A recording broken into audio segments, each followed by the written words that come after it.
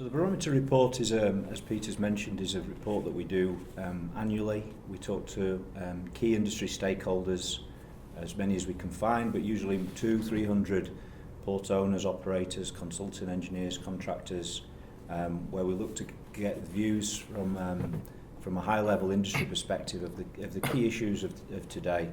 So we're really trying to find out what the trends are and what's happening at a high level. And obviously we use it to help guide our business and help provide other stakeholders in the industry with hopefully some useful information. This year is the 4th year we've done the barometer report, and I think there's a big change in terms of optimism or contrast in issues from when we first started doing this in 2010. So 2010 the industry, I guess, was still in the midst of a global recession, or coming out of the global recession, and so we found then that people were a bit downbeat. There was lots of issues with ports having downtime, with people understood that they wanted to spend money wisely and look at products from a whole life cycle perspective, not just products but investments from a whole life cycle over the life of a project perspective. But really they were under pressure. There was not much money to spend, so they were really buying the cheapest thing that they could buy. So I think this year's report there's a lot more optimism. I think more than 95% of the people that responded said they were going to have more money to spend in the year ahead than they've had in previous years, and that was looking at operational expenditure and capital expenditure. And the other interesting thing we found this year was there was quite a high level of interest from the owners and the operators in having suppliers and contractors to provide full life support for the products or services that they're offering. So not just buying things on day one and then expecting, just to leave it alone, but they want people to support that product through its life cycle. I think there was 75% of the people we spoke to thought that would be a good idea.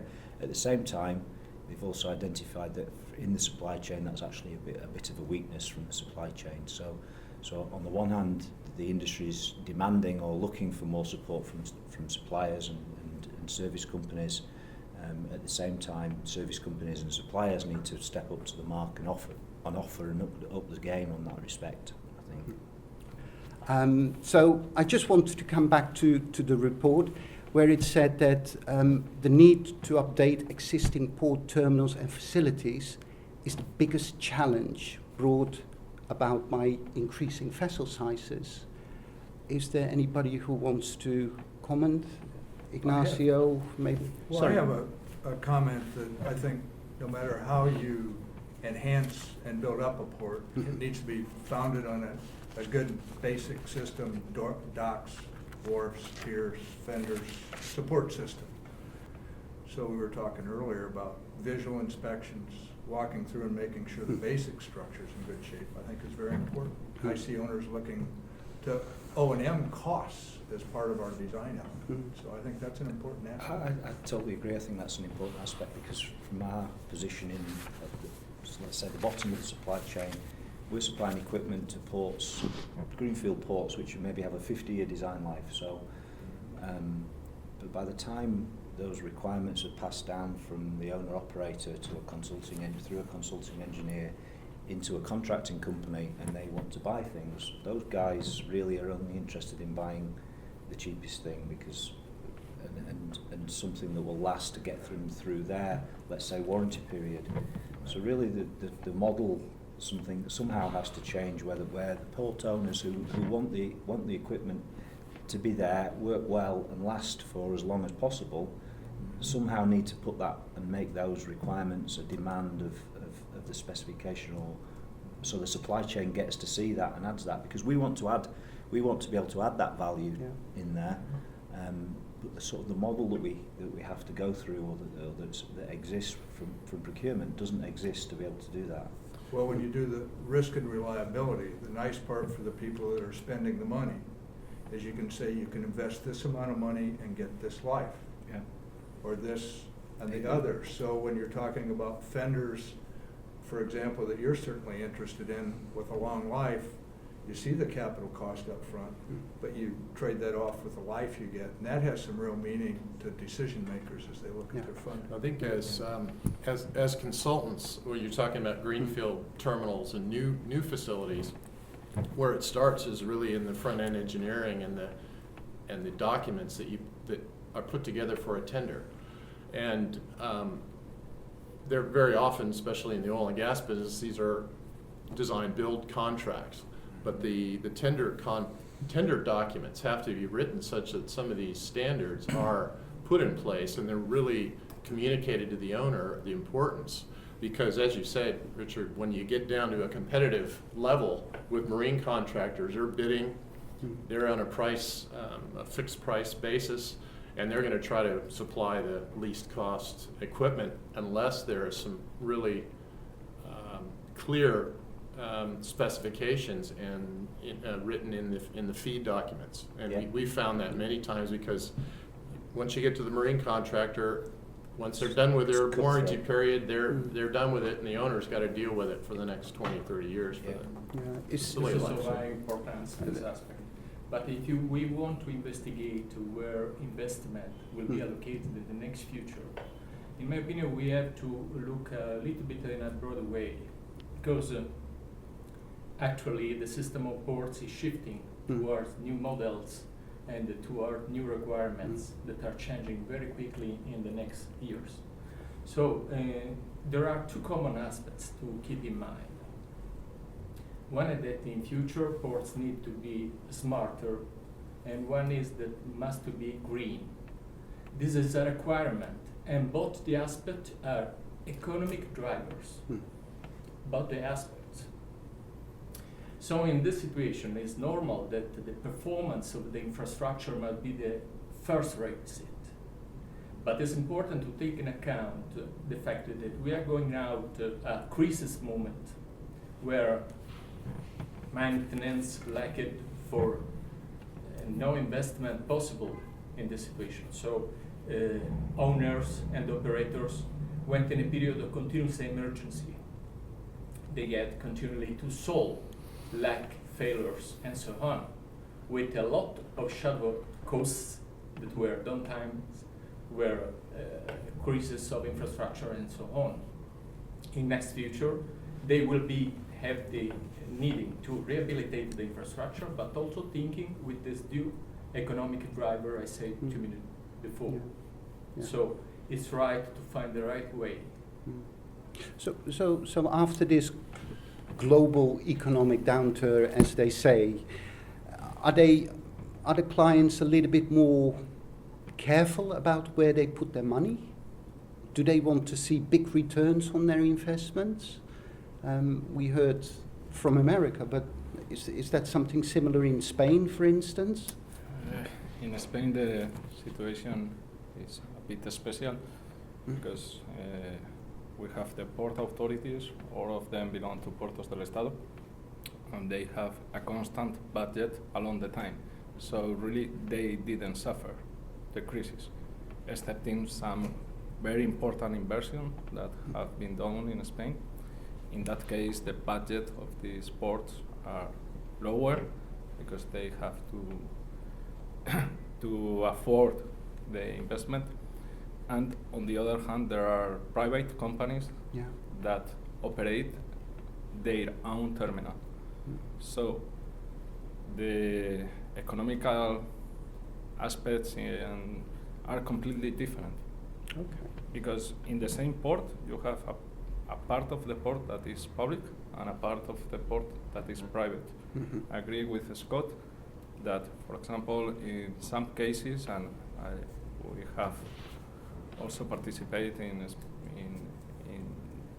the reduction of some EPC contracts, it is very difficult to establish the quality. Very difficult. There is no criteria, specific criteria for knowing which is the best.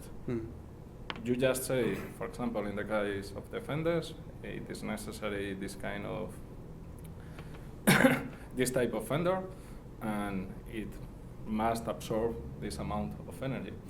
And you receive a provider that comply with it. And in some cases, the port authorities are in Spain. In some cases, are a bit worried because they don't know anyone to go and say, please check this vendor. Yeah, yeah. Well, I want to come back on that later on. I just want to look at the investments that are made, and you want to interrupt my Ignacio earlier, which I said. I come from a country very near to Spain. Yeah. I come from Italy, so the situation is quite similar. And the problem is with just the pocket from which the money is going out. So if the pockets are different, this is the problem. Yeah. And only a correct framework of the decision maker can ensure a good quality standard. In other case is the problem of substandard services for the final user. Yeah. How does the shippers, the users of the ports, is their influence great in influencing investment? I mean, do you see that as in the public sector? Our experience is that there's hardly any, seems to be, or very little interaction between shipping companies, so the people using the ports, with the port owners who are actually going to operate the port, and then down through the supply chain. So the people that are actually going to use the equipment or have got their assets using the assets of the port seem to be a little less engaged in that whole process. I think that's different. It's different in different industries. So perhaps in, for example, LNG and oil and gas, it's a bit more of an integrated service. But if you go to commercial ports, container ports and things like that, our experience is there's hardly any interaction at all between the shippers and the... As long as you have vendors there and they look like they're working, they'll come and exactly. I just want to go to Hirosugu. How is it in Japan? Are people investing? Does it start to come up again? Are the port authorities ready to expand the port and say, okay, we're going to open shop now after 4 years? Actually, in Japan, there are more than 120 ports in Japan. A lot of keyboard, and cargo is growing. Vessel is more bigger. That means port quality is just a little decreasing. So the problem is we have to how to manage asset maintenance. All keyword is difficult, impossible to maintain same level. Japanese government is thinking efficient management system. So now Japanese government ask all important port facility to make maintenance plan for 5 years. But that is personal opinion. The main focus on how to maintain keyboard. But in my point of view, we have to thinking about more totally, not only infrastructure but also equipment level. How does it look when you walk into a port? After a reduced budget by port authority, not investing in equipment, not investing in their infrastructure, are you shocked, or do you see things where you say, if there was a proper maintenance program, we could have avoided these problems? Is there anybody who wants to share their thoughts with me? I guess it depends on where it is. I've been to some ports in West Africa that are pretty pretty bad. I mean, obviously, it comes down to money and revenue and a lot of other factors. So to me, it depends on where you are. There's certainly some places that keep everything up and the maintenance is tremendous. I think we see a huge difference in the type of port as well. So again, if it's an LNG terminal, then it's well looked after, it's well maintained, because there's safety and criticality and all those things are in. So it's well maintained. It looks pristine. But sometimes then you go to a commercial port, and it's very different. Very different situation. And then of course, if you go to a commodity port like an iron ore terminal, and you've got huge challenges there with dust and stuff going all over your equipment, and a different set of challenges there as well. So I think it's very much site dependent as well.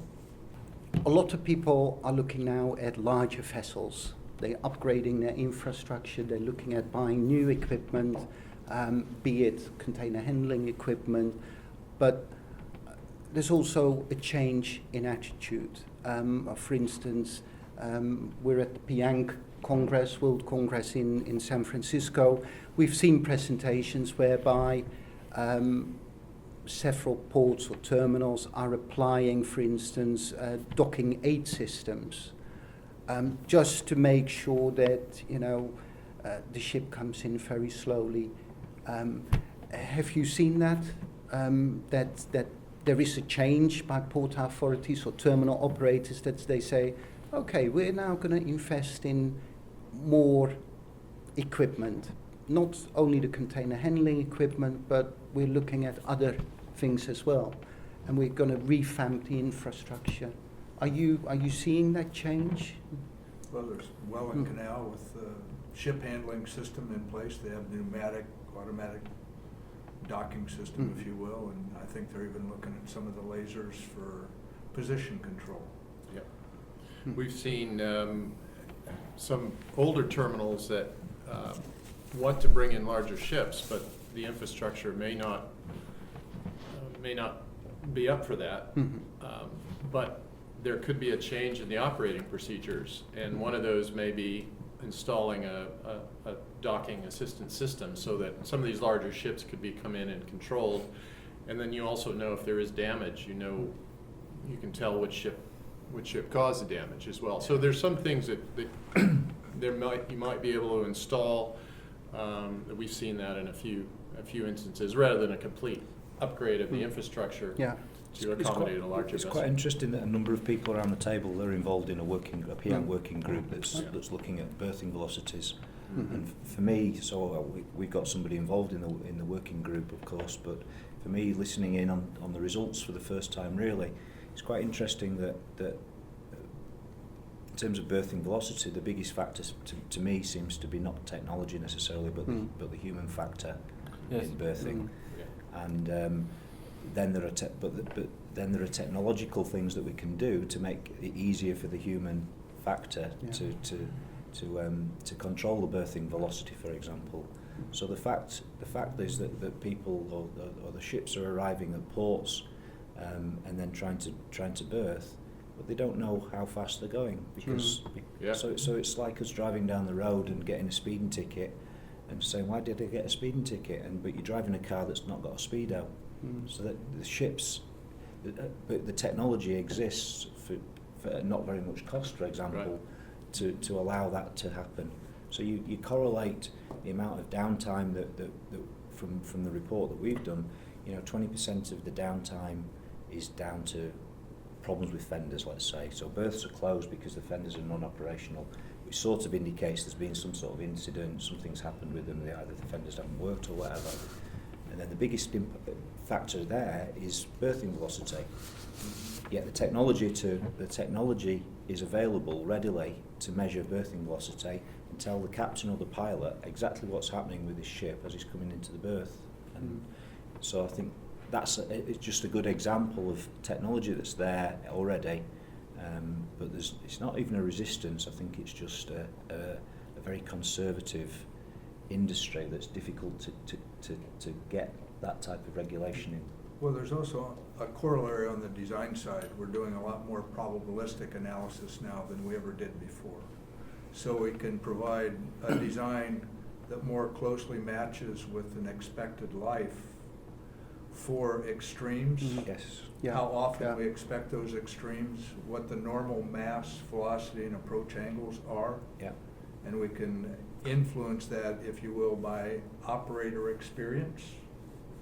We've done that certainly for Corps of Engineer projects all up and down locks and dams on the Ohio, Mississippi rivers. And it makes quite a difference. And it also contributes then to our understanding of episodic events.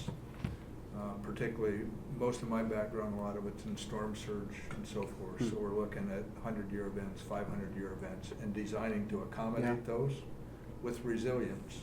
So instead of potentially getting a failure from an overload condition that completely obliterates the dock, you try and absorb and disperse that energy in a different way, so maybe you can be back in service a lot quicker. I think a good example is what happened with the LNG terminals in Spain. We have lots of LNG terminals, and about six years ago, they decided to review all the design in order to know if the QMAX vessels could operate. And at this moment, it is the same process with the rest of the new vessels. And it was, first of all, I have enough water to navigate. Let's go to a real-time simulator. After that, I have enough fenders. Let's check and review the fenders and also the quick release hooks. And after that, with just a few modifications in the berthing dolphins and in the mooring dolphins, they started to operate, but we spent less than six months in a whole project. So sometimes, at least in Spain, the infrastructure are quite fine. We build the most of our ports with concrete. We love concrete. And, and really to adapt our port to bigger vessels, we just need to verify the depth, the layout, and the equipment, because the LNG terminals and the cruise terminals is another world. They are very, very worried about the safety. They have been used dockite systems for years. And when you go to another kind of terminal, probably they see a lot of fenders and they say, okay, there is no problem. And for several years, they haven't had problems. So maybe that's the reason, because they don't apply new technology. That's it. If it's not broken, don't fix it. That's right. I was thinking to the last words of the colleagues that cover a very broad range of situations. We study with a lot of statistics, but we have to take into account the human factor about the situation. So I think that obviously black swan can happen, so we have to take into account also this. But all this consideration and the improvement of technology, especially in the way of unmanned piloting of a vessel, can perhaps be taken in account in the challenge for the future, for competitors to in the globalized situation, because a very, very strong technical advice, very, very strong knowledge in this field. So be sure to talking with a very skilled person that are involved with this kind of market can make the difference for the future. Also under the commercial point of view. Well, you mentioned statistics, and I just want to come back on what Richard said, and also coming back to the barometer report. I was amazed that 70% are still experiencing unscheduled downtime, and 20% have suffered unscheduled downtime due to fender damage. And what's so amazing that according to the report, almost 2/3 of respondents have upgraded their fender systems in the last 5 years. So the high incidence of fender damage and the subsequent downtime causes, it's like a due of awareness. Is it failure of the fender systems that causes this downtime?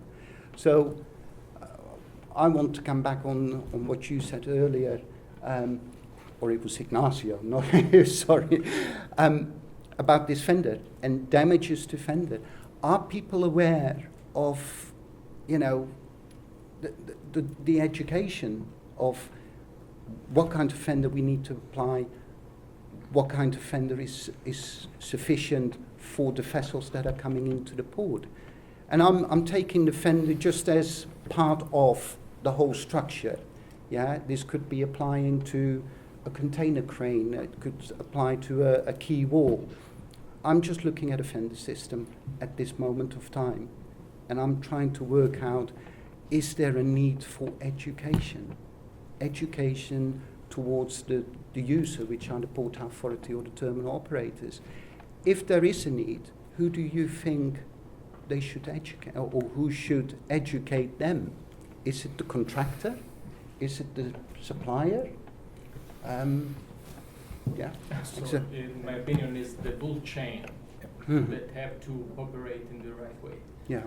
Nowadays, knowledge exists, guidelines exist, law systems exist. The framework for contracting is quite clear.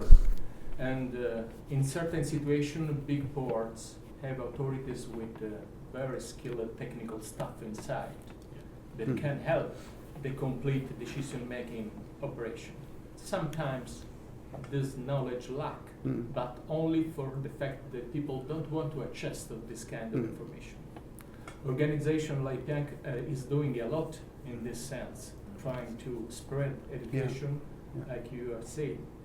But in my opinion, it's really important to take in account that it's important to work toward the direction to spread this kind of information, helping organization in organizing events, seminars, preparing literature in this sense, like, for instance, PIANC do in the last years. Yeah. I think for me there's an interesting contrast between an organisation like PIANC and the work that it does in terms of generating guidelines, which are just guidelines. And then you work in oil and gas, for example, and you have things like API standards, which are more than guidelines. These are standards which are imposed and policed, to the fullest extent. So if you say you comply with API 17 or whatever the number is, then you're responsible for doing that. Whereas the PIANC issues guidelines, and there's no sort of legal responsibility or nobody policing it. No. But on the other hand, suppliers use PIANC and say, we've got PIANC approval, our thing is PIANC approved in the way that you would with a proper legal standard. And I think there's a big danger. Oh, that's terrible. Yeah. Sorry, I'm a PIANC commissioner, and that's part of we like to have an open forum that allows internationally across the world to share our experience. Yeah.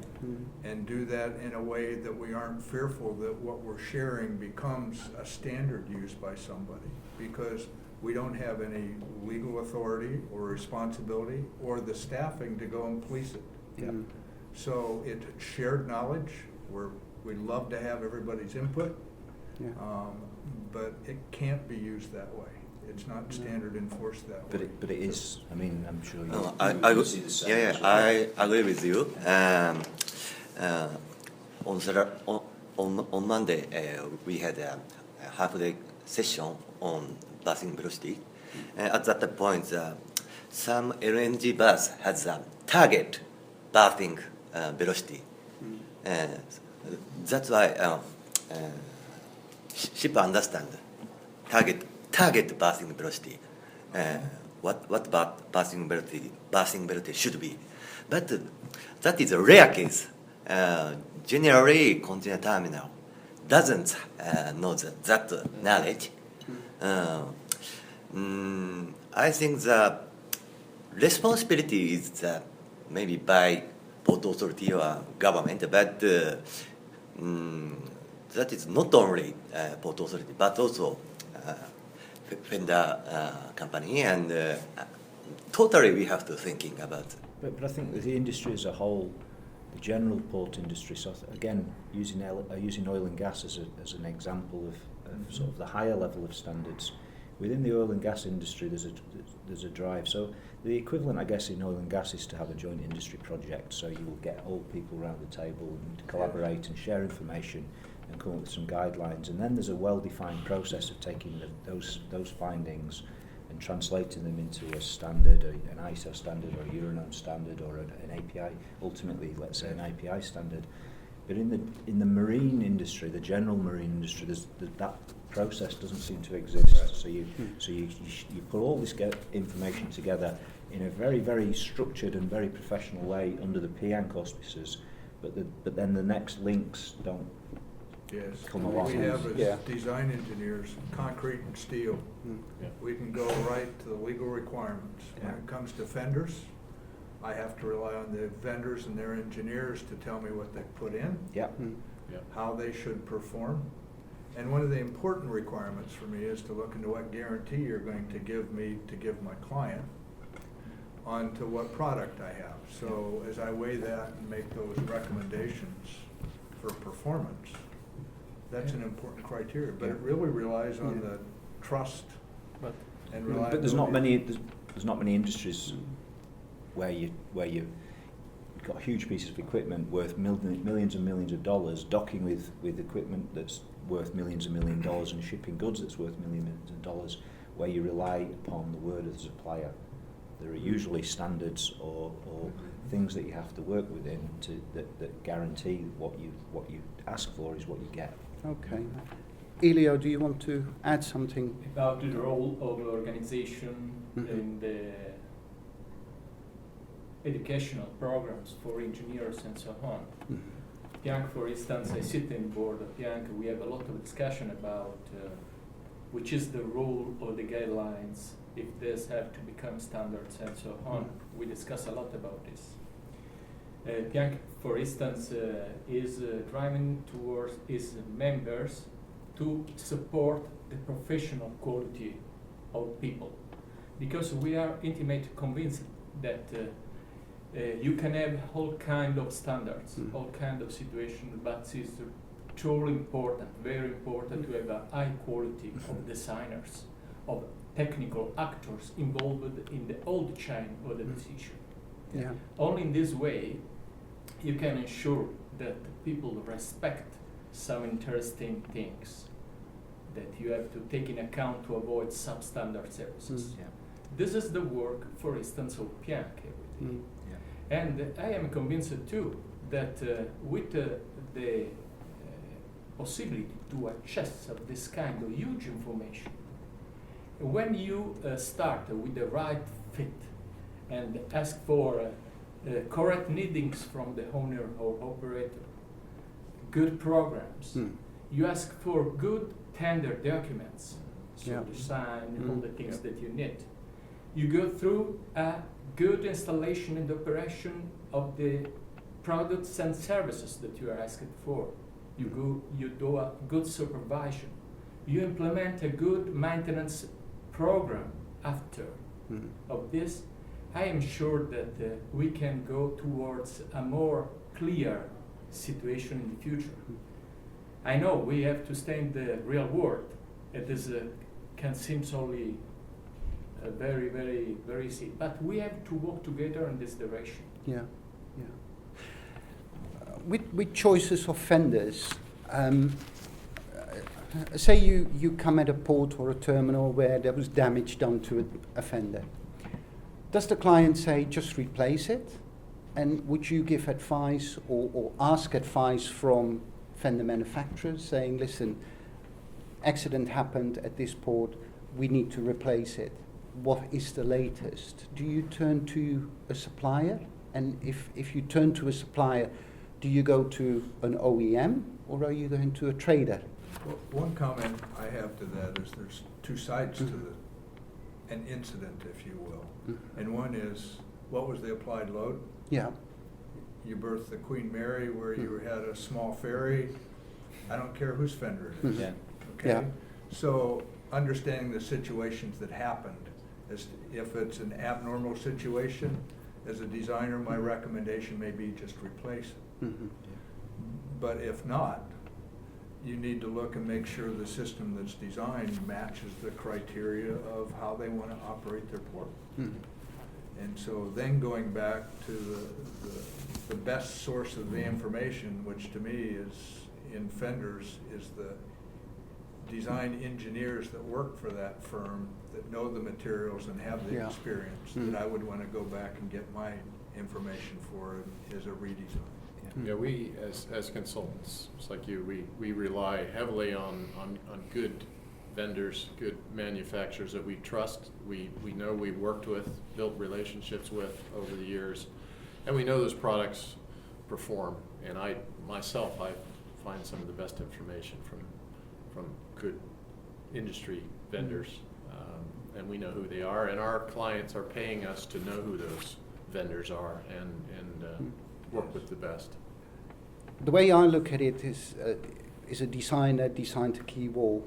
He incorporates the fenders, but he doesn't specify the fenders because they rely on the fender manufacturer to come up with. No, I mean it's a highly iterative process. Is designing fenders, and the best projects that we're involved in are the projects where we're heavily involved in the project from right at the start of the first concept. So. Yeah. With the consulting engineers, and then it's an iteration. The consulting engineer can't design the key wall without knowing what the fender does. We can't design the fenders without knowing what the vessels do and what the key wall's got to do.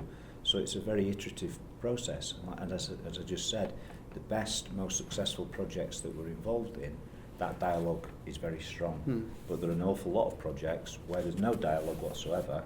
All you get is a specification that says you will supply this. There's no so we end up just supplying something with no real knowledge of what the application is and what the function of the fender or the docking and mooring system is or whatever.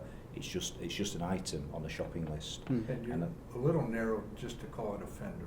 Yeah. Because what we're really looking at for performance is energy absorption. Yeah. System. And system. fender's a key component of that, but so's the dock and the piers.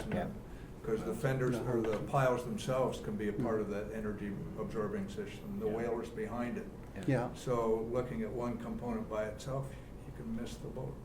But we don't have anything in Europe where there's an institute or a test house that test fenders. And somebody suggested to me, why don't all the port authorities club together and set up a test house in Europe, for instance, where they can test their own fenders that the manufacturers are selling to them? Is that an idea, or?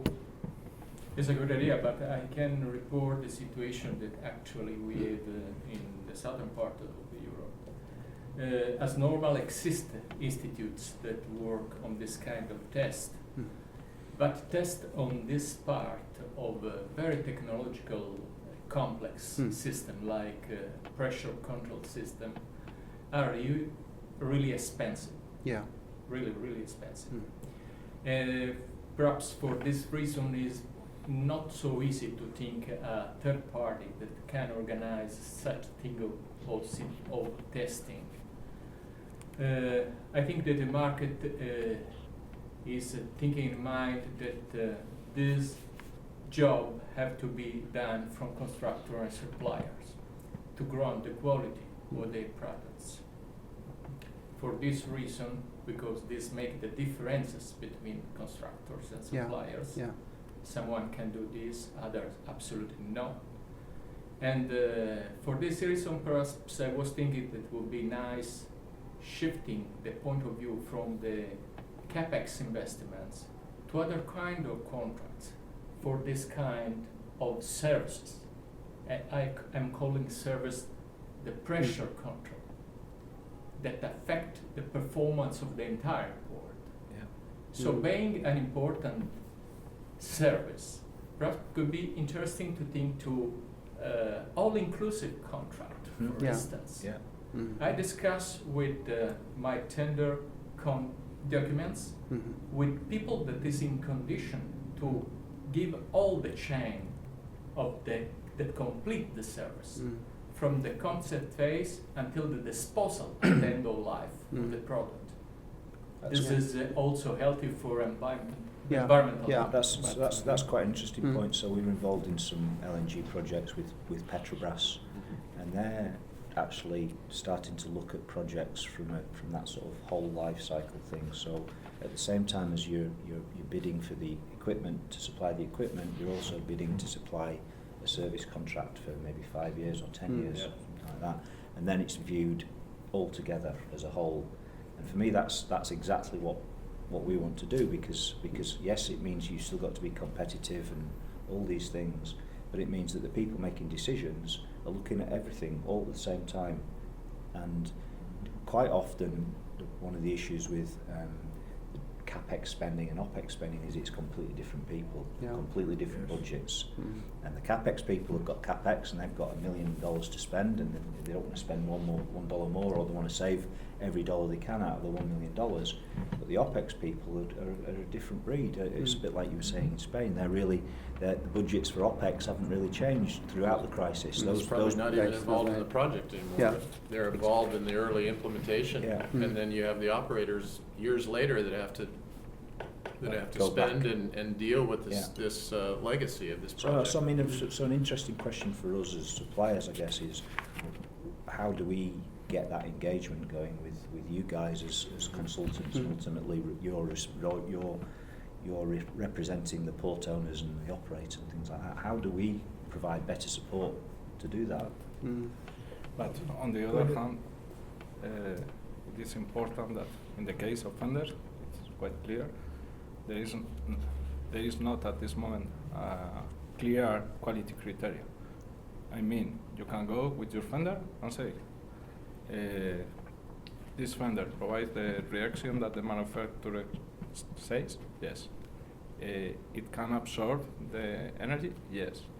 And maybe it's like if you go to buy a car, you can go to the best one to a normal car.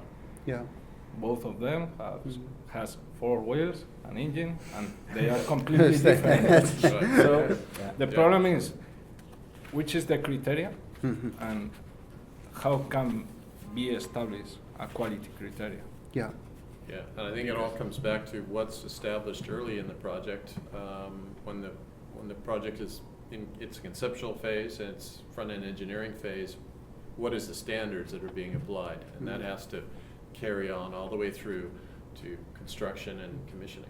I have experience in write down some specifications, and I cannot decide from one provider. Yeah. But all of us have an opinion about, and you try to get the best for your client and to write down and to define as much as possible the requirements of the equipment. But at the end, the contractor can get the same from another provider. Yeah. And you really know that it is not the best one, but it complies with. So it Yeah. sort of goes It back to complies. Elio's point again, though. It's about education, isn't it? Yeah. It's about education, and it's about exactly. having clever people with the right training, selecting the right pieces of equipment. Well, you ask how you could help. Scott puts together specifications, right?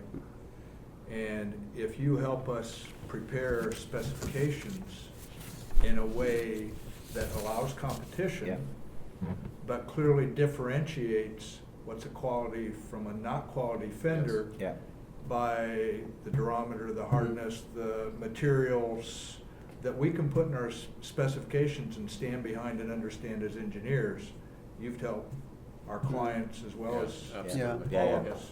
Yeah, and I think your idea about doing this maintenance contract for the vendors, I think a lot of port authorities or terminal operators would welcome that idea. Yeah. So basically the best way forward is the OEM suppliers of vendors educate the contractors, the consulting engineers, and they relay that message on to the port authority or the terminal operator. That's how it would work on paper, but would it work in practice? Not only because the chain can break at the point of price-driven choices. You can prepare all the fantastic tender documents, and then the chain break at the moment of the final decision because the price-driven decision break this chain. Yeah. So he mentioned the market of the cars. Yeah. There is a way to understand or to recognize or to ask to companies that can be relied on this. This depends from the pre-contracting phase of the contacts that you have and the post-selling phase, the service that you can offer in your proposal when you discuss with the people interested in buying the product. Only certain companies can ensure a good level of this kind. Is the difference between an high-level car and a low-level car that has not any kind of services pre-contract and perhaps also post-selling. This could be one of the difference under the commercial point of view. You wouldn't dream of buying a car with no warranty, or from a company who you knew wouldn't stand by the warranty. You wouldn't dream of it. And so I think they're, again, not using fenders, but there's equipment being bought because of there's that break in the supply chain. Yes. Basically Based with on- no warranty, or people don't stand by the warranty things. Well, and historical data that you have on your product or your product that you can share with us and we can share with our owners goes a long way. Yeah. Okay. Thank you very much, Dale, for your comments. It's clear that port infrastructure planning is facing increasing and complex and probably more varied demands. And we had some interesting insights in today's roundtable, and I would like to thank everybody for taking part. There are clearly some obstacles to overcome, but by rethinking the supply chain, investing in new technologies, and probably taking the whole life approach, a clear opportunity is arising for ports to get ahead. So I would like to thank Elio, Dale, Richard, Ignacio, Scott, and Hirosugu for your participation. Thank you very much. Yeah, thank Enjoyed you. it. Thank Yeah, you. good. Thank you. Thank you. Thank you.